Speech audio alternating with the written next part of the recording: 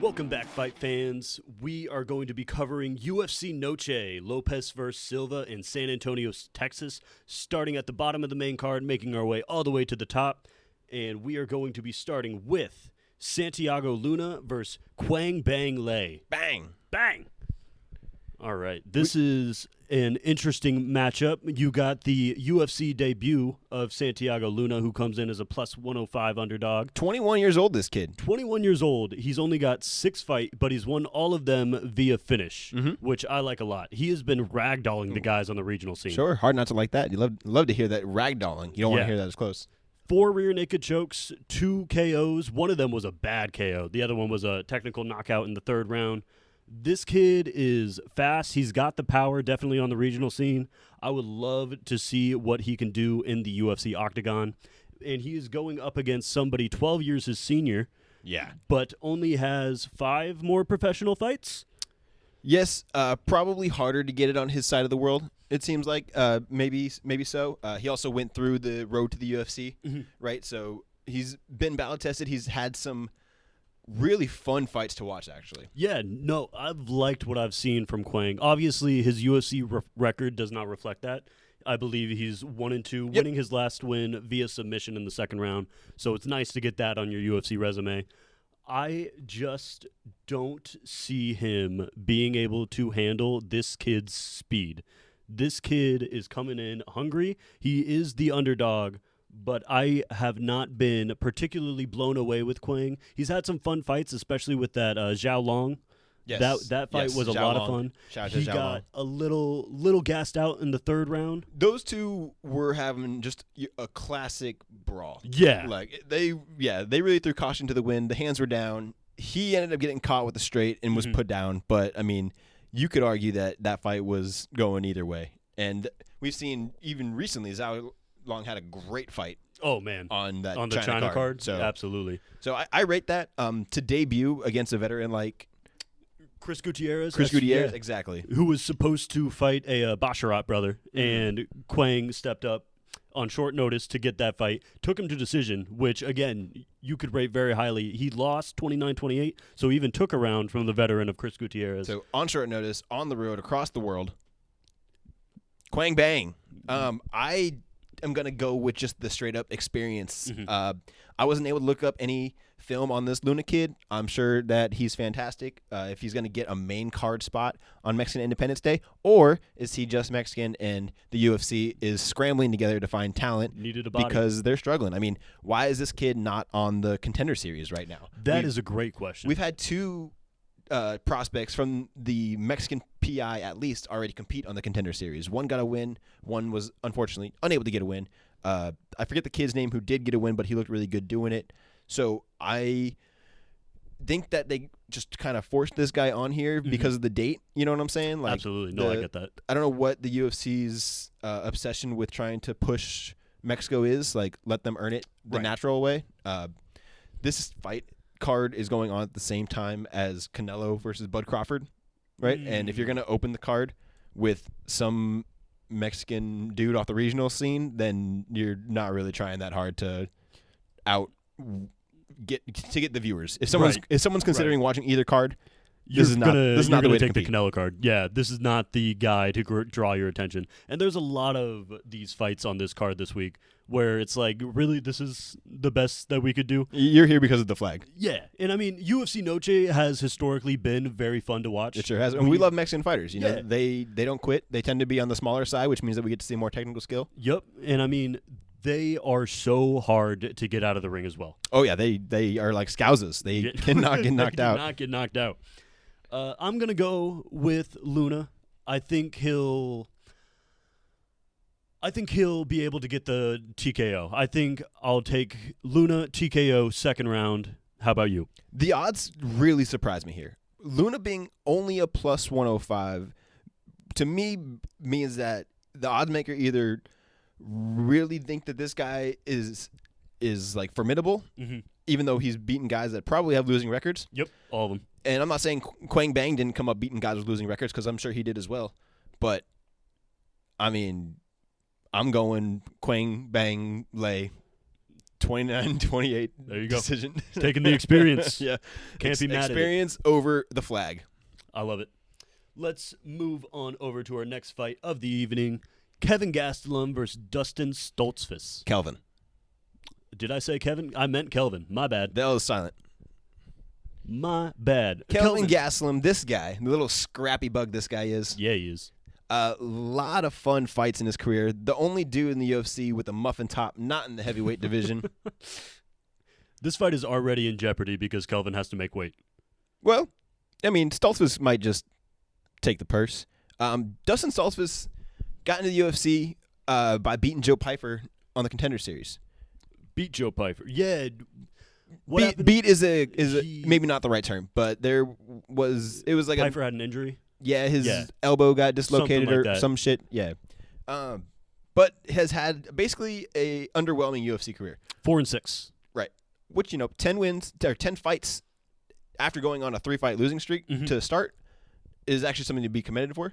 Yeah. You saved your career in that sense. I watched back the most recent Dustin Stoltzfus fights, and I was actually more entertained than I thought I was going to be. Me as well. This guy, I expected him to just be a straight-up grappler, but nah. Yeah. He's down to scrap. Yeah, which is why I think that if he gets into some wild exchanges like he has in the past, like the Marc-Andre Barriault fight, if he tries to do that with Gastelum, I think he's going to sleep. Yeah, no, I agree with that. I don't think he has the chin capable of dealing with the power. I will say this. Kelvin's last KO came back in 2017 against Michael Bisping. His last submission win was in 2014. So he was 22 years old when he got his last submission win. And he has not been working that hard since. Exactly. So it feels like the UFC is trying to get Kelvin a W here. Like we had mentioned, they want the Mexican-American to get the W in this sense. I think Kelvin just carries name value too, right? He does, you can keep him on main cards for these kind of fight nights if he gets another win. But the loss to Joe Pyfer, I feel like that's like a setup, right? Yeah. Where this is kind of like a bounce back now for Gastelum. Joe Pyfer was landing some bombs in that fight. He sure was. Even head kicks too, which it's not necessarily what I would consider to be part of Pyfer's game, but he was looking slick out there. Gastelum is really tough to put away. Never been knocked out. He has been submitted a couple of times, which is Stoltzfus's forte. If you're going to get the W, you're going to get it on the ground. Yeah, and I do think that that's his method to victory. If Dustin is going to pull this off, it's going to be being able to survive any kind of wild exchanges that they do have, and then he's going to have the size and definitely the strength over Gastelum, because Gastelum is a 170-pounder that just refuses to diet. Refuses to diet. Eating tacos a week out before weighing in. Dude, put it on the YouTube. Come on. What are we doing? Give it to yourself. Prediction? Go for it. Well, of the two methods of victories, I think that Kelvin Gastelum is going to catch him. Maybe he doesn't put him away, but maybe he drops him and wins rounds that way. I think Kelvin is going to get his first knockout, which is a bold statement because, like I said, it's been 8 goddamn years. No, but it's due, and honestly, this is the dude that you can get it against. You can absolutely get it because he's going to exchange in that firefight. And Stoltzfus, when he took that loss to Bruno Ferreira, that was just like sick move from that kid. Yeah. Like the spinning elbow at the buzzer. Bruno is so much fun to watch. I guess it wasn't necessarily at the buzzer, but it was close to it. It was right at the end of the first round, and that was, put him to sleep with that one. And then the Abus Magomedov knockout, when he got knocked out, that's when he got the toe in the top of the roof of his mouth. Abus came out strong. That was his UFC like his first debut. strike. Oh, I love it. Shall we move on? Yeah. It has potential to be a fun fight. It definitely could be. And I mean, I think a lot of these fights will be fun. They just do not have the name power that you would expect for a UFC Noche. Yeah, again, I think that Dana threw in the towel this year. I think that he went all out for the Sphere last year, and knowing that the Crawford-Canelo fight is the same night, and he just happens to be the promoter for both organizations, he's clearly – I shouldn't say he's clearly, but this card is lackluster, and I blame the Canelo fight. It's all Canelo. And I also blame the talent in Mexico. Boo boxing. Rafa Garcia versus Jared Gordon. Speaking of boxing, that is exactly what we're about to see in this fight. Garcia does have a lot of submission threats, 8 wins via submission. Jared Gordon, though. All early in his career, though, if I'm not mistaken. You are correct. I do not. He has 1 submission win in the UFC. He has been knocked out once in the UFC. And now you're going up against Jared Gordon, who has looked really, really solid in his last 5 fights. Also, the loss for Garcia, that was to Grant Dawson. And that was really just a classic Grant Dawson, like, I'm going to take you down, hold mount, smother you.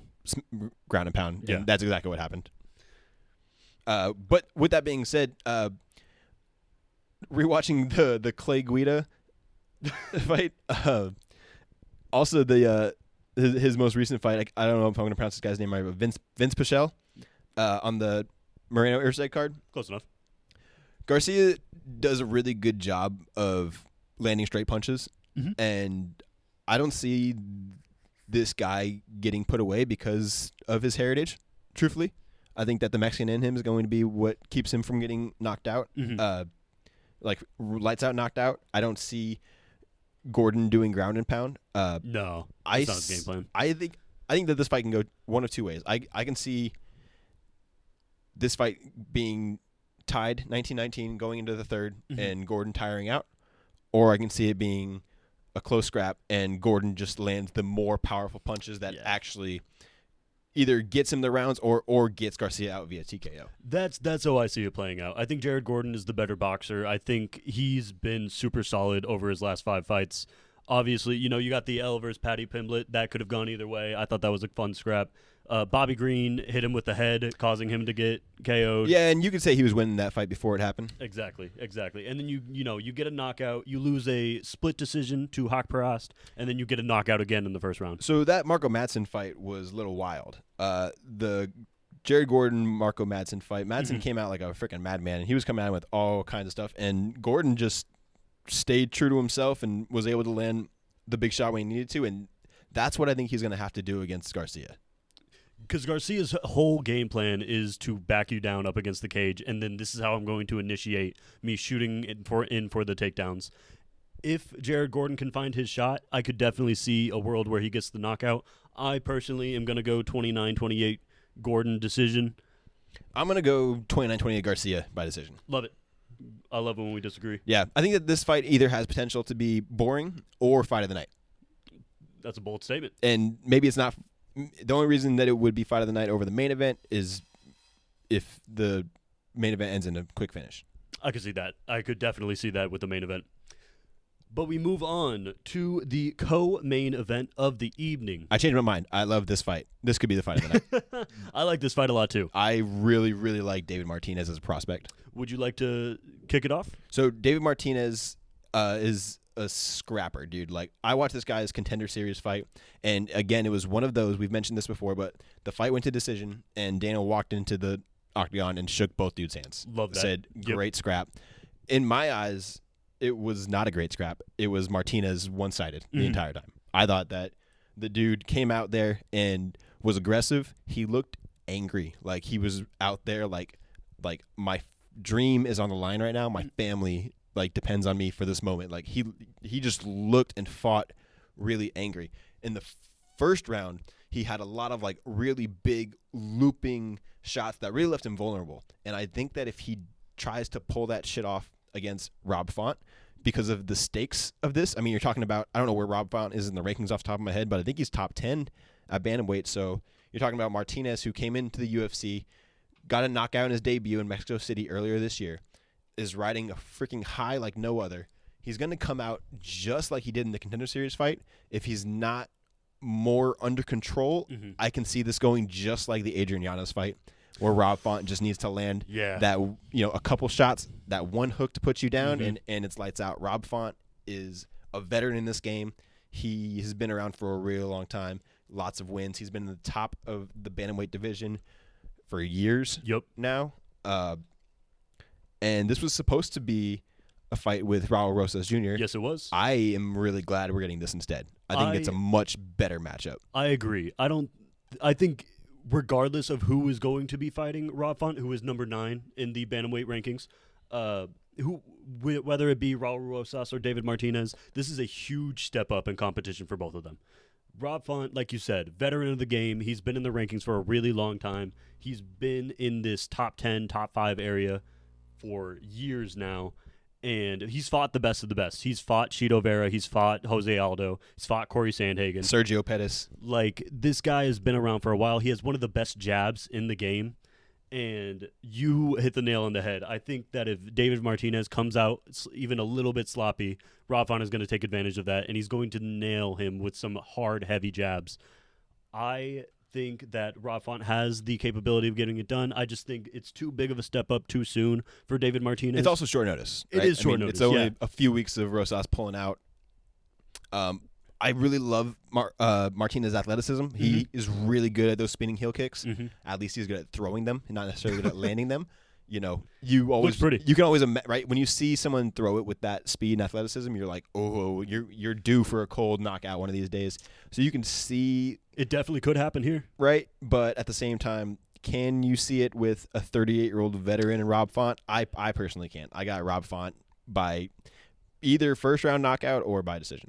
I can see Rob Font by decision. And yeah, David Martinez, you're going to be really good in this game. You definitely have the capability of winning this fight. I'm just going to pick the veteran in this one. Can't wait to see your next fight, though. Yeah, and you know, if Martinez does pull it off, then he shakes up the entire bantamweight division. Love it. Oh, my goodness. 27 you're years going old. right in the deep end. So it's kind of one of those scary ones. Like, if you beat a Rob Font this early on in your career, I mean, now you're in with the big boys. You really are up there. Like, you skip the Sugar Sean method, and you're still on your rookie contract, which means that you're getting paid 12 and 12 or some shit like that. Yeah, and now you got to go up against the top 10 exactly bantamweight again. So be careful what you wish for, fighters. Now, let's take it on to the main event of the evening. Man, this has to be one of the most anticipated fights of the year between two of the most beloved fighters in the company. I can't get enough of this fight. I'm so excited. Diego Lopez versus Jean Silva. The odds trip me out. The odds make me think that nobody knows what they're talking about. Diego Lopez. Diego Lopez is a plus 250 underdog. And this guy has been up against the best of the best, whereas Jean Silva has been working his way up. Diego came in on short notice and fought Movsar. Took him to a decision. Then, he gets Sadiq Youssef of UFC 300, knocks him out, gets a Dan Ige, who is a tough guy to put away, takes him to decision. And that Dan Ige fight came in like an hour's notice. Yeah. He made it wait 3 different times. I forgot about that. So he was scheduled to fight Ortega all the way up until the day of, right? Ortega was having weight problems, and they had to switch to 155, and they did. So Diego made 145, or was on his way to make 145, had to stop, rehydrated to 155. Then the fight pulls out, right? Dan Ige comes in an hour's notice, and then he still goes and fucking fights Ortega, knocks him out, re-wakes him up just to beat him again. And then honestly, rewatching that Ortega fight, it was a little less impressive than I remember it being. I really wish that he would have just been able to knock him out cold. If it ended in that first round, we were like Hall of Famer. Hall of Fame. This guy is a world beater. My goodness, Volk has no chance. But that's not the way it went. I definitely agree. It was not the most entertaining second and third round, but the first round he just looked so dominant against Brian.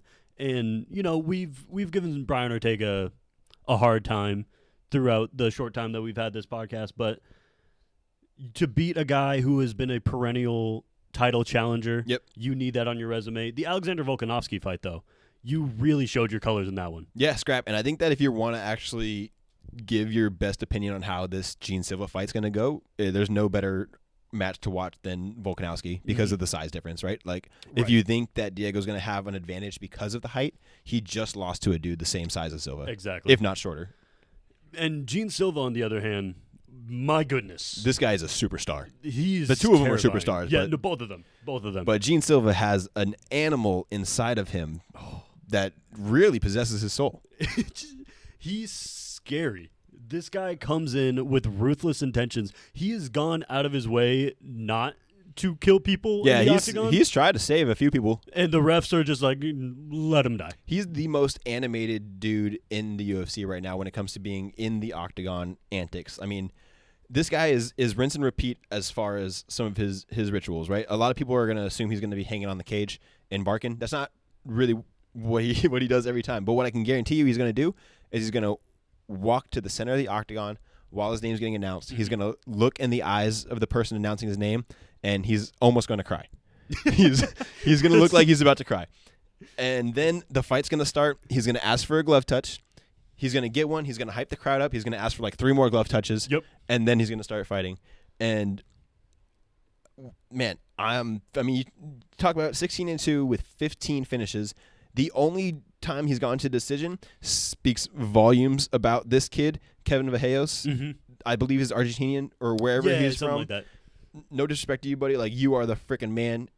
He's off to a hell of a start in his MMA career. The only dude to take Silva to decision. Otherwise, everyone's gotten finished. Like you said, he has walk-off knockout power, and he's confused when the ref doesn't stop it. He's like, are you sure? Do you want me to give him CTE? Yeah, and then he'll come in and he'll even be nice, right? Like, I forget who it was. It was this guy, Bagdasarian, where he decides to go in for like the elbows on the ribs. Right, instead, where right? I could have been banging your head off the canvs. Yeah. But I'm just the guy's in the fetal position covering his head. You're not going to call this? Okay. He was even looking at the ref like, is it done?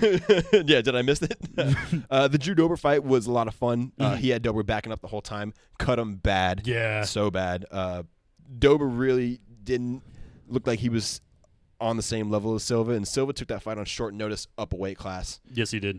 155. Knocked out Charles Jourdain, one-shot KO. Weston Wilson, one-shot KO. Bryce Missile, he submitted him. Yeah. But Bryce was saying, like, Gene was so much bigger than me that I had to go down to bantamweight.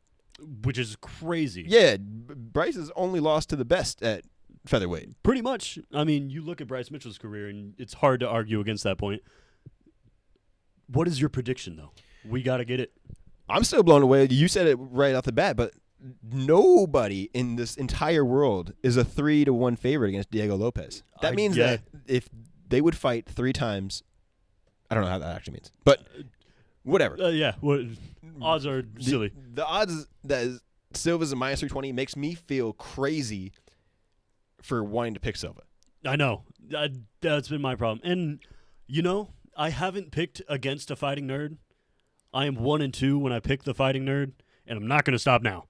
Give me Jean Silva. Give me Jean Silva by finish. I think this will be the first time we see Diego Lopez out cold, and it'll be in the 3rd round. 3rd round knockout by Jean Silva. I think that Silva also knocks him out. However, I can see, just like we just saw BSD do, I could see Lopez not giving him a freaking chance. Yeah. Lopez might just be like, you know what, bro? Like, I know you just submitted Bryce Mitchell recently, but let's take it to the ground. I haven't seen as much of you on the ground, and I coach world champions in the corner.